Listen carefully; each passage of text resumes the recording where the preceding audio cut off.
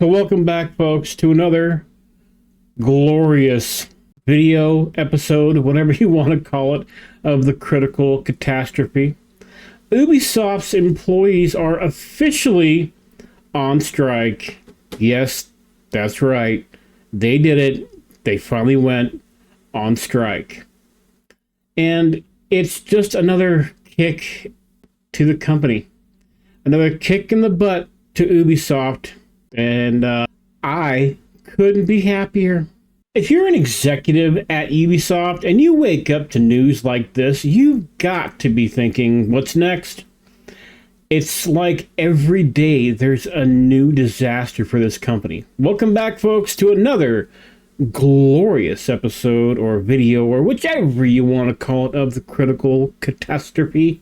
Ubisoft's employees are officially on strike. Yep, that's right, on strike. And it's just another kick in the ass to this company that's already limping, crawling along.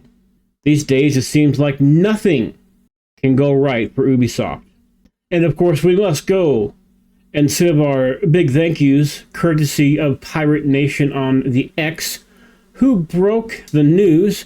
Ubisoft is sinking faster than the Titanic, and this strike is just the latest iceberg.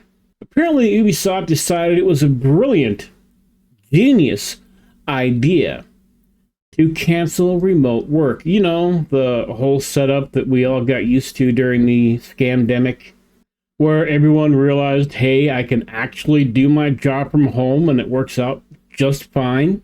At least the lucky few who got to do that. Yeah, well, Ubisoft thought, nah, let's screw that up too. It's almost like they just realized they've been paying for all these fancy office spaces and no one's been using them. And then they're like, hey, you know, how about you come back and make us feel better about making a bad investment? And of course, when the money's flowing, no one cares. But when it dries up, suddenly it's get your ass back in the office. And let's be real here. Companies like Ubisoft use these moves to get people to quit. They don't want to pay severance packages, so they make them walk out the door on their own. Sneaky, immoral, wrong. Yes, but that's how they do it. They're basically saying, we can't afford you anymore, but let's not make it obvious. That's corporate 101, folks. Unfortunately. But of course, the strike isn't just about canceling remote work. It's also about the dumpster fire that is Assassin's Creed Shadows. Delayed, this time still pushed to February 2025, conveniently dropping right during Black History Month. That's a little awkward, don't you think? This game's development has been a disaster from day one. First, they decided to push the DEI BS, the diversity, equity, and inclusion, with a protagonist choice that rubbed quite a few fans the wrong way. Then rumors start flying they might be backpedaling on Yasuke, the African samurai, while replacing him with the more traditional protagonist. You know, the traditional protagonist they replaced with Yasuke in the first place.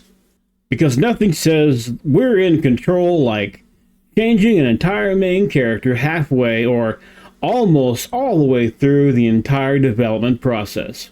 Ubisoft is learning the hard way that DEI does not pay the bills in the long run.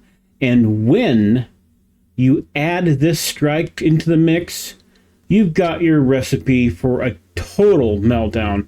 Not only Assassin's Creed Shadows hanging in the balance, but everything else they've got in the pipeline is now at risk too. And that includes something that may have been good. Now, some people are pointing fingers at the devs, saying it's their fault the game sucks. But let's be real. It's not like the developers are sitting around brainstorming these bland, uninspired ideas.